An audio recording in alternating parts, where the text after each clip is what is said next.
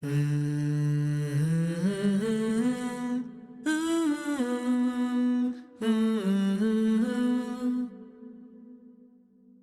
remember noticing that the vision in one of my eyes was blurry, and I assumed it was my contact lens. I took it out and I cleaned it, popped it back in. I still realized that my eyesight was blurry, so I ended up going to an optometrist, and he checked out my eye, did all the usual eye exams, concluded that it was actually something neurological. My brain was fine, but the nerve tissue that connects the eye to the brain, transmitting the image that my eye was taking in, was on the fritz. That's Christine Ha describing a rare neurological condition that caused her vision to rapidly deteriorate and left her legally blind by age 24. Christine had to relearn how to navigate so much in her life, the ins and outs of her home, opening mail, and cooking food for herself. Making a peanut butter and jelly sandwich, which had once been so straightforward for her, now felt like a daunting task. I noticed that when I put the jelly on the slice of bread and all of the jelly got all over the counter, it dripped down my arm. When I tried to line the two slices of bread together, like the sandwich seemed not perfect. And I remember being very frustrated with myself, throwing that sandwich away and just telling myself, I don't know how I'll be independent again. I don't think I'll be able to ever cook again. Spoiler alert, Christine did cook again, and she's found her independence again.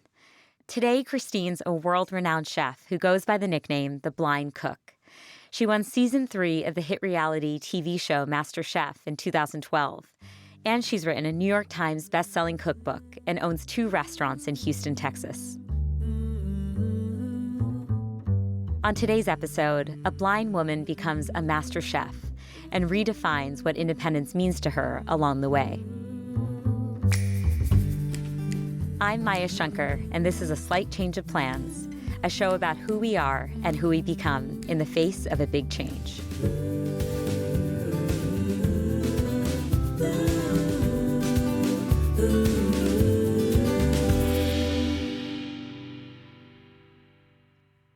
Christine Ha grew up in a Vietnamese American family, and she loved the traditional dishes her mom would cook for her. When Christine got to college, she was eager to recreate some of her mom's recipes, to reconnect with her Vietnamese heritage, and also to feel close to her mom, who had died of cancer when Christine was 13. The more Christine cooked, the more she realized just how much she loved it. The recipes and the experience of sharing food with her friends and family.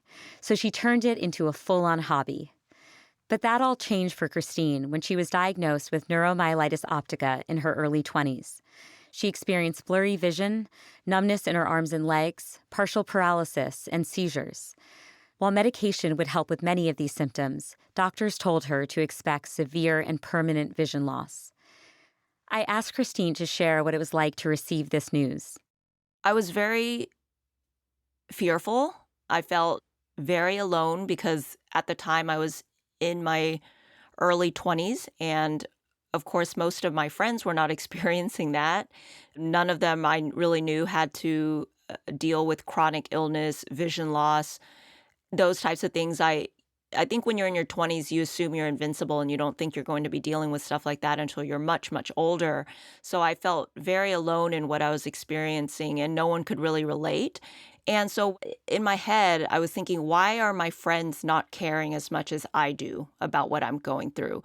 Or why are they still able to laugh and do normal everyday things and feel like that's okay when I can't? Can you say more? You mentioned that you felt socially isolated, and I'm wondering if you can, I think this is so relatable for so many people who go through unexpected and rare challenges, right? That they don't feel that other people can relate to them.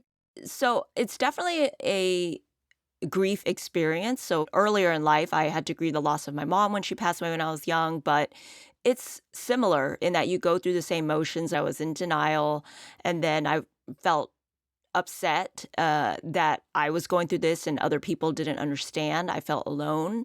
Then I felt sad. I felt at times, not often, but at times I felt sorry for myself, like wondering why this was happening to me and not somebody else. And then I think I had to allow myself to sit in that space and feel that sadness and feel that loss. I basically allowed myself to pity myself and allowed myself to cry about it and ask, why is this happening to me? And tell myself this really sucks.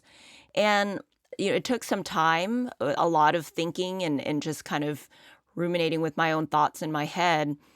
It helped me come to the realization that no matter what happens, the world is going to keep on moving on. So the sun will continue to rise, continue to set, regardless of what happens. And it is a weird feeling. And I feel like I've gone through this before with the loss of my mom. Is like you wake up the next day and you're like, there's still people driving to work. There's still people going to school. There's still, people are still living their lives, even though my life feels like it just got turned upside down.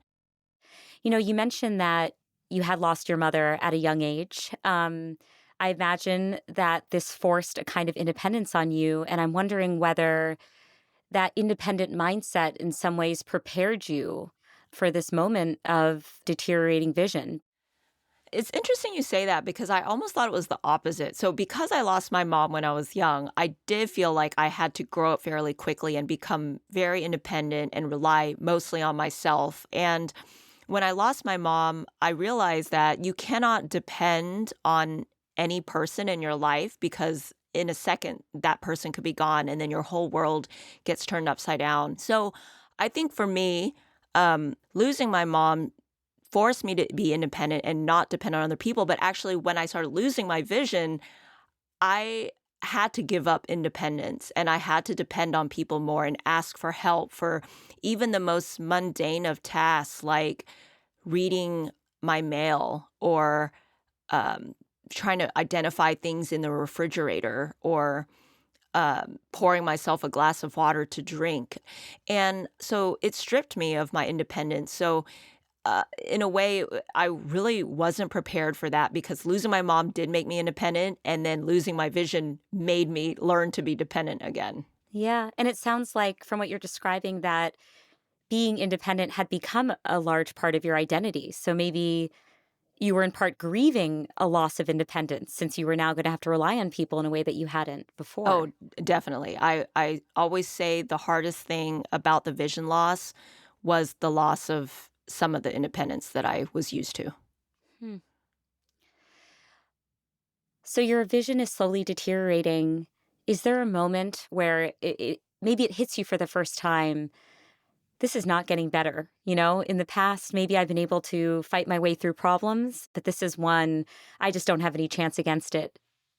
I think I had several moments like that. One of which that really stands out in my head was a moment when I had lost some more vision, and like I'd mentioned, it was gradual over the years. So anytime it would decrease a little bit to a new baseline, I would start getting used to that baseline and be like, okay, well, I can live with this. I'm getting used to it. I can figure out how to still walk around without a white cane, or I can enlarge the font on my computer to 35-point font and still read my screen or whatnot. And then as soon as I would get used to that new baseline of my vision, it would decrease more and I'd lose more vision and I'd have to feel like I would start over. So I remember there was one particular time when my vision pretty much decreased to the level that it is now, which I describe as very, very blurry and very washed out colors. And I just see some foggy shapes as though if you were to step out of a very, very hot shower and your mirror's all fogged up and with the steam. That's kind of how I see. So it's very, very blurry. Don't see much color, maybe some slight shapes, but everything's foggy and hazy. When it decreased to this level, I remember I was living alone at the time and I was trying to make a sandwich for myself. And I thought the easiest thing was going to be peanut butter jelly.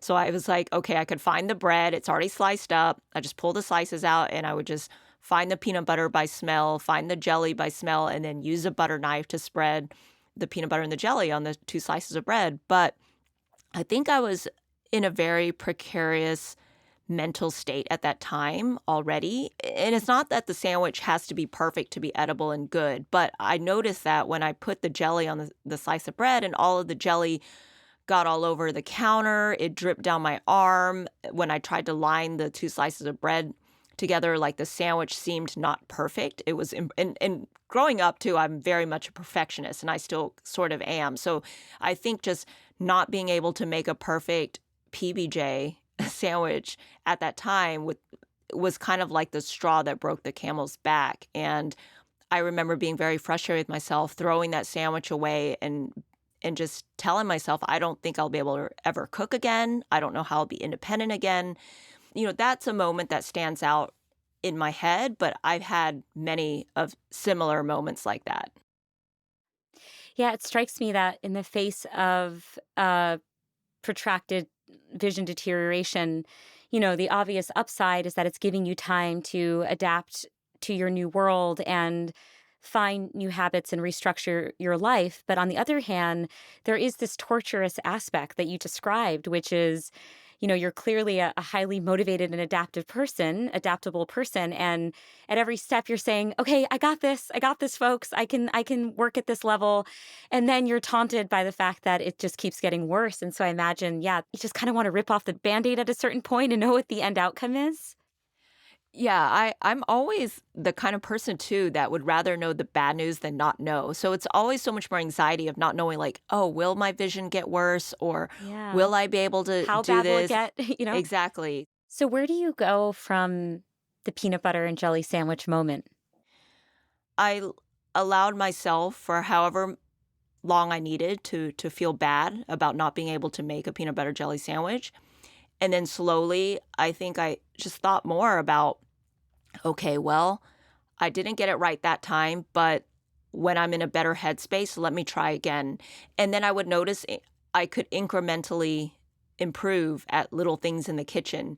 I noticed that as days went by and weeks went by, and I would attempt a little bit more things in the kitchen to try to just feed myself, I would be like, oh, today I was able to cut an orange and eat an orange. And then maybe the next day I was able to scramble an egg. Maybe some of it was burnt, but I was still able to do an egg. And then the week after that, I was able to scramble an egg that wasn't burnt. And then looking back, I would notice my progress and the steps forward that I was taking. So I had to tell myself, like, okay, well, I couldn't do this a week ago or a month ago or 6 months ago.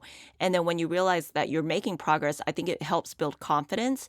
And then that confidence gives you the courage to keep trying bigger and better things and putting yourself to the challenge and realizing that even if you fail the first time or make a mistake, you learn from that and you reassess and you try again.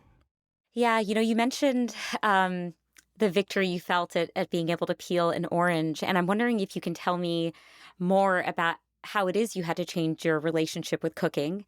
At the time it was simply a hobby of yours, but what was involved in relearning how to cook and navigate the kitchen safely?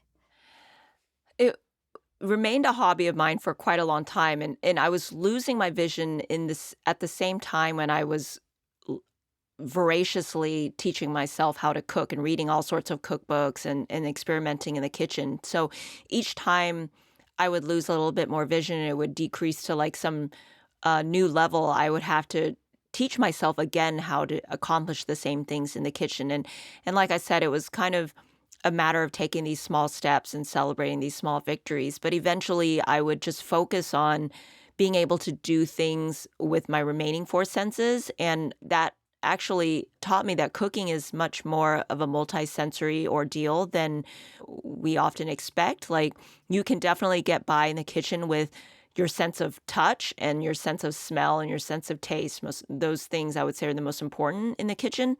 And yes, it would help visually probably to tell if something is cooked in a pan, but over the years with a lot of experience, I'm able to tell if something is cooked by the texture and how it feels at the end of my cooking utensil, or by the smell of like garlic. You can tell if it's raw or if it's fragrant or if it's burnt.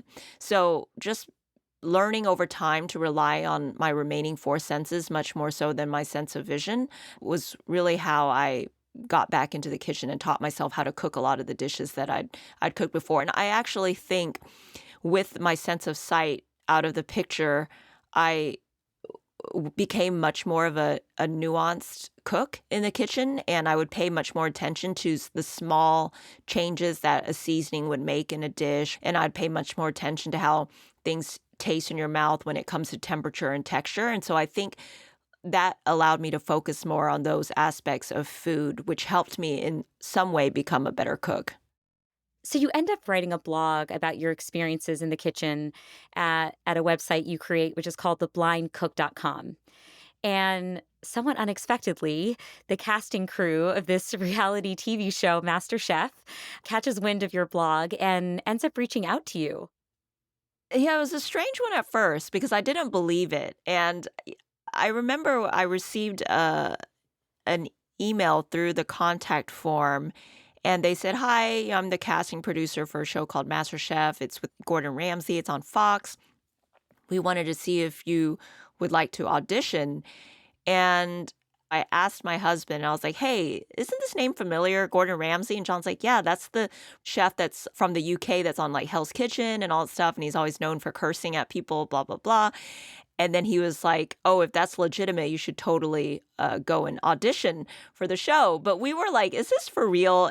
So at the time too, I was very anonymous. Like I'm naturally an introvert and a you know pretty private person. So my blog had no pictures of me, did not have my real name on there. I kept it very anonymous so that if you went to that blog, you would never know who it was. And they reached out just wondering if I was a real person because, there were no photos of me. There was nothing about my bio really on there, except I just wrote recipes and what it was like to be someone who's visually impaired. And so I said, okay, I will come audition. And, I went to the open casting call and auditions in Austin. And when the producers were traveling around the country trying to look for season 3 cast, and then the rest was kind of history. Well, it's not going to be history right now. I want to hear all I want to hear all about your experience on MasterChef. I personally remember seeing you walking out on a set to make your first dish as a competitor in a kitchen that was largely unfamiliar to you and that you're not able to see. And on top of all that, there's the added pressure of making a dish that's going to be judged by 3 of the most famous chefs in the world. What was that like, Christine? Like, what I can't imagine that mounting pressure. There was definitely a lot of pressure. It was nerve-wracking. I mean, I was in a space that, in a big warehouse with a lot of people I'd never met before, all of the other contestants. I've never been familiar with what the entertainment world or television world was like. So I had no idea what to expect with all these lights, these directors, all of these like cameras rolling on dollies. And of course, a lot of it I couldn't even see. So all I could hear was just a lot of noise around me. So it was not only stressful knowing that I would have to cook a dish for these judges to taste, but stressful because I'm in a foreign environment as someone who's visually impaired and has no idea what's going on around me except with the context clues of what I hear, what I smell. Wow, well, I mean, things obviously went very well for you after that first dish. You kept advancing through the rounds, and such a poignant moment is when Gordon Ramsay said your apple pie looked stunning and, of course, tasted amazing and delicious. He was just really blown at the fact that I totally thought I fed him a pile of rubbish, which is now the running joke. So at my restaurants, my apple pie that's served there as dessert is called the rubbish apple pie. Oh, I Because love when he that. asked me, I'm like, I think it looks like a pile of rubbish. And I only use that word too, because in my head, I was like so nervous. And I really wanted to say it looks like a pile of shit. But then I was like, oh, I'm on television. I can't use that word. So I'm like, naturally, I'm like, oh, he must use the word rubbish because he's from the he's from the Yeah, UK. he's So British. I was like, oh, it must look like a pile of rubbish. And he told me, he was like, "No, it definitely doesn't. It looks great. The crust is golden and flaky." And then he Wow. scraped a knife or a fork on top of it to let me hear that it actually baked to the correct flakiness level. And then he cut out a slice of pie that I guess held together and then tasted it and said it tasted good. We'll be back in a moment with a slight change of plans when we'll hear more from Christine about her experience on MasterChef.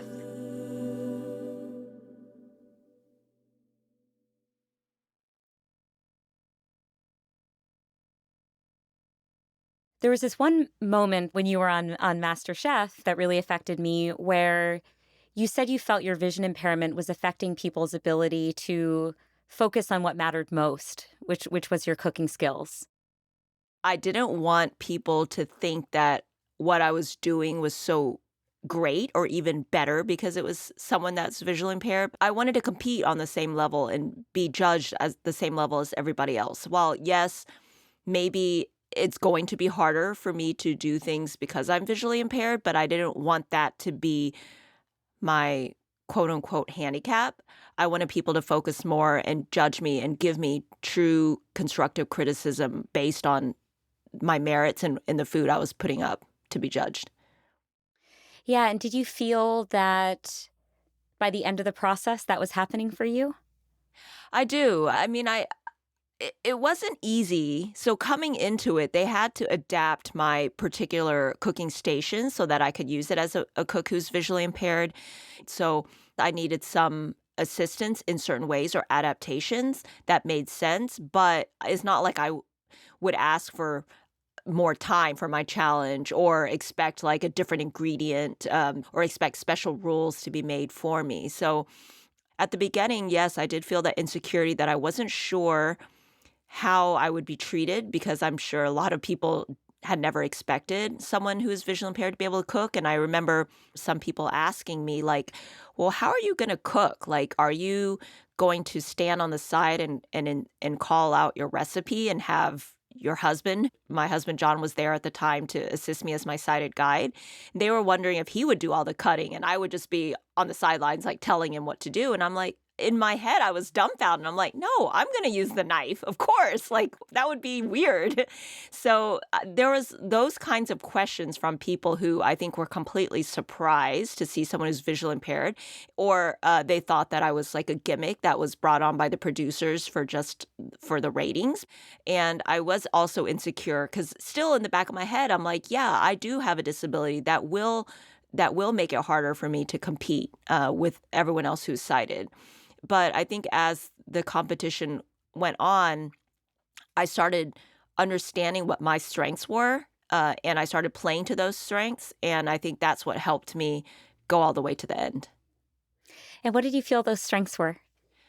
Well, the strength was the fact that I couldn't see. I paid much less attention to and was not distracted by what the other contestants were doing. And I feel like what happened to some of us at some times, and even I've done it in some of the early challenges in my season, was I would hear like, oh, someone else, so and so next to me is using really fancy ingredients or using a very fancy cooking technique. And then I would, then you would think to yourself, oh, maybe what I'm doing is not good enough. It's not fancy enough. It's too pedestrian. And then we would change our dish that we plan to make halfway through. And then by then you only have 30 minutes left to achieve your new dish. And then at the end you can't finish it and then you serve up only part of a plate. And for me, I think what I realized was that these judges have tasted some of the best foods in the world. And there's nothing I'm going to do that's going to be like, that's probably going to blow their mind. So what I'm going to do is I'm just going to cook something that I feel like eating, that I would be happy to eat myself or serve my friends and my family. And I wouldn't worry about what other people are cooking. I'm just going to compete against myself. And as long as I went into that kitchen and I was a better cook that day than I was the day before, then that's really all I could ask of myself. And so I started concentrating and focusing only on what I was doing and not paying attention to what the other contestants were doing. And I think that allowed me to stay more focused Oh, I love that. and know what I was going to cook and follow that course and that plan of action. And then I was able to finish my dishes on time and follow through. Okay, so I would love to revisit an incredibly joyful moment, obviously for you, but for so many people around the world who are celebrating along with you. What was it like to win MasterChef? The winner of MasterChef. Congratulations.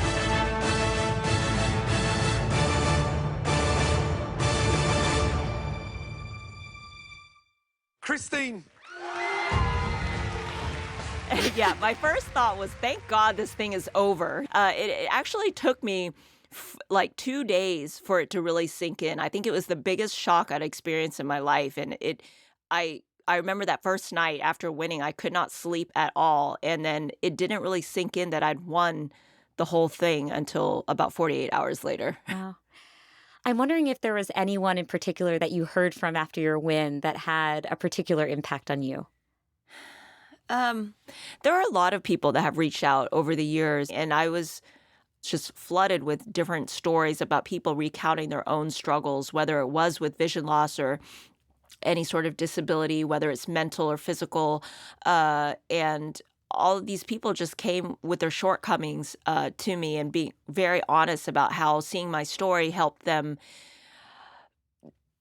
try and turn their lives around or pick themselves up. And, some things in particular, all the way from like just young children saying that I gave them the courage to try out for the soccer team to someone, a woman who said that she had been battling depression for many months and she couldn't get out of bed. And so she was flipping through the TV and then saw me on MasterChef and then started following it and watching the whole season. And then after that, she stopped thinking about suicide and left her bed and started cooking again for her family.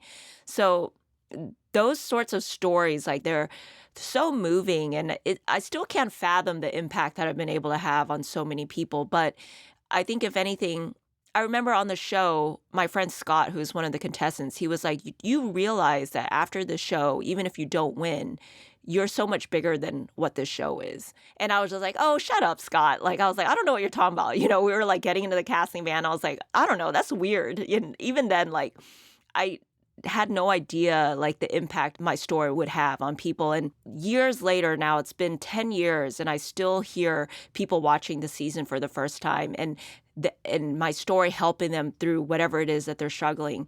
And knowing that I've been given this platform and blessed with this ability to help other people just simply by sharing my story or being who I am, that is like the biggest gift of all. So have you internalized what Scott told you? Like, do you believe him now? I sort of do, but it's still very strange. But yes, I do. I had no idea. Like when it is still weird to me when I think back. And I guess I just didn't have that outside perspective because I just feel like I'm just me, and I'm just like, la-di-da, I'm just Christine. Like, yeah, I'm blind, but I just do whatever I do. Yeah, I mean, I appreciate your humility. But it's one thing to say in the face of adversity that you have big dreams, right? It's another thing to put in the hundreds of hours of work to actually achieve those dreams, to relearn fundamental things that you had taken for granted in the early part of your life. That translation is what I personally find so impressive about your story.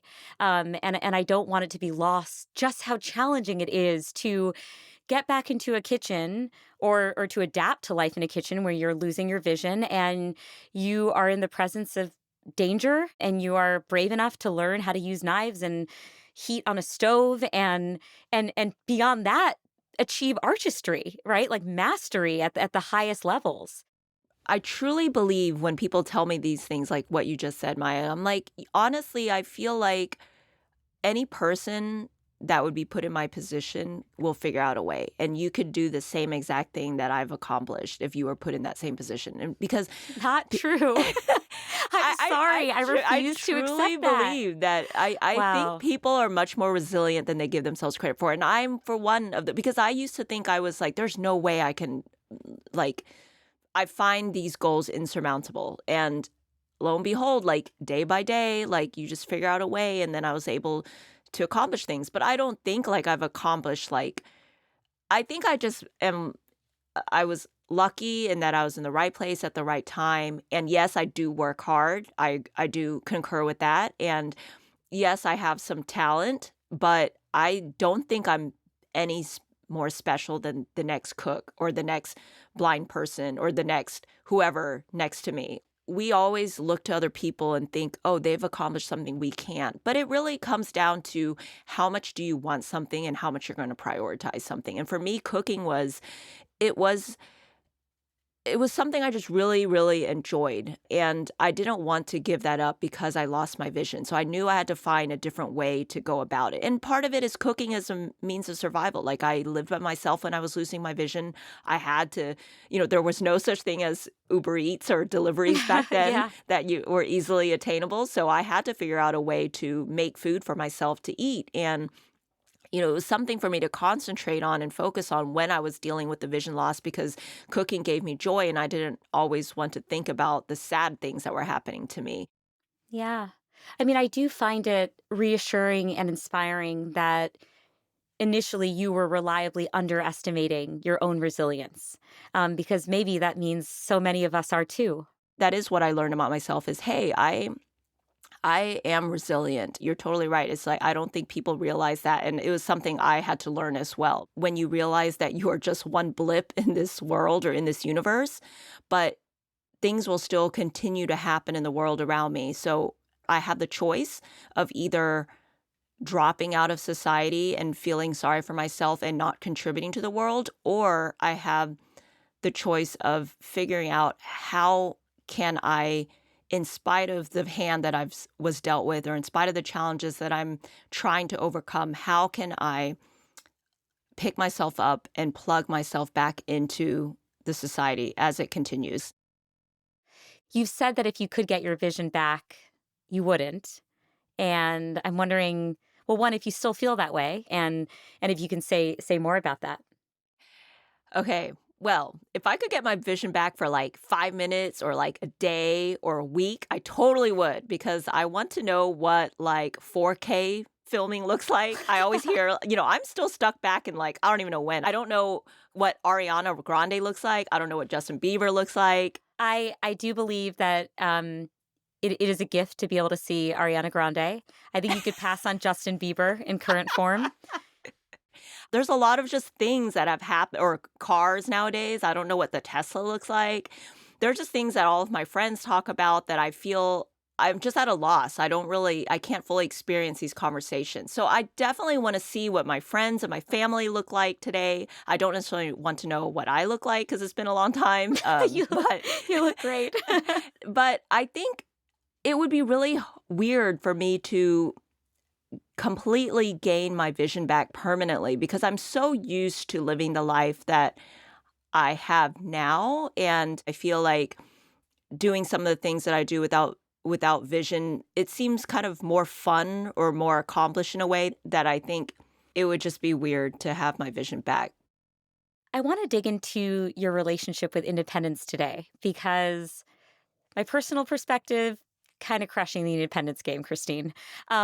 Also, it was a huge part of your identity during a very formative moment in your life. And so, what role does independence play in constructing your self identity today? Before, if you were to ask me this when I was maybe in my teenage years or my early 20s, I would say independence is not depending on other people and being able to do everything yourself and rely solely upon yourself. I think if you ask me now, what does independence mean? It's changed for me because I'm not going to be unrealistic and deny the fact that I cannot drive myself somewhere until we're close to having like self-driving cars, but until then, I can't drive myself somewhere independently. So realistically, I don't feel like I'm independent in that way, but I'm independent in the fact that I'm living the life that I want to live. When I want to ask for help, I'm able to ask for help and I do it willingly. And then also knowing when I don't need help and doing things on my own, even if it's a struggle. Like sometimes my husband watches me like try to open a package or do something and he's just like, why don't you just let me do that for you? Because he gets frustrated. Like I take 10 minutes. But then sometimes I'm like, no, I just want to do this on my own. And so I will do it because I'm stubborn like that. And that's my definition of independence is asking for help when you want it or feel like you need it, but then also knowing when you want to do things on your own. And so basically living the life that you want.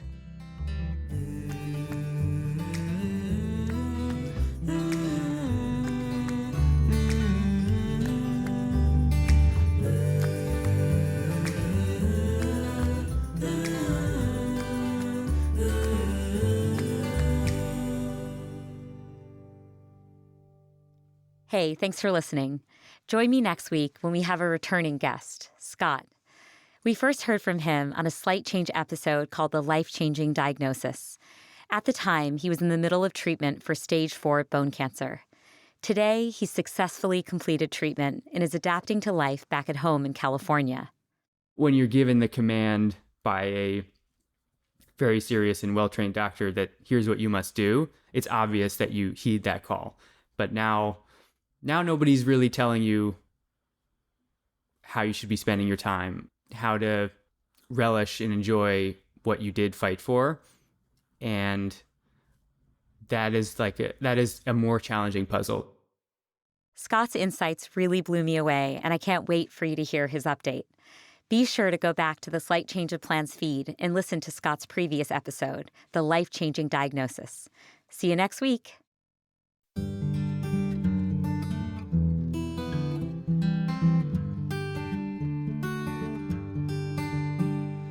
A Slight Change of Plans is created, written, and executive produced by me, Maya Shankar.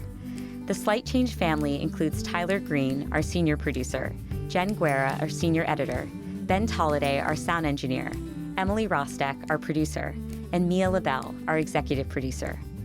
Luis Guerra wrote our theme song, and Ginger Smith helped arrange the vocals. A Slight Change of Plans is a production of Pushkin Industries, so big thanks to everyone there, including Malcolm Gladwell, Jacob Weisberg, Lital Malad, and Heather Fain. And of course, a very special thanks to Jimmy Lee. You can follow A Slight Change of Plans on Instagram at Dr. Maya Shankar. See you next week.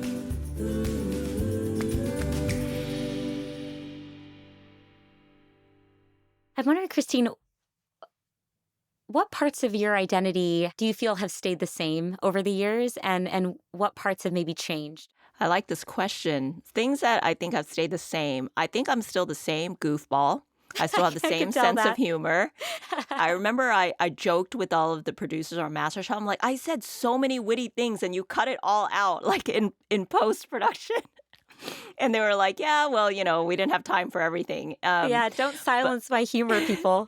I should let you know that every time my editor, Jen, tries to cut a joke from one of my interviews, I feel emotionally wounded and deeply, deeply offended. I'm like, do you not understand that this podcast is a launching pad for my future career in comedy? Okay.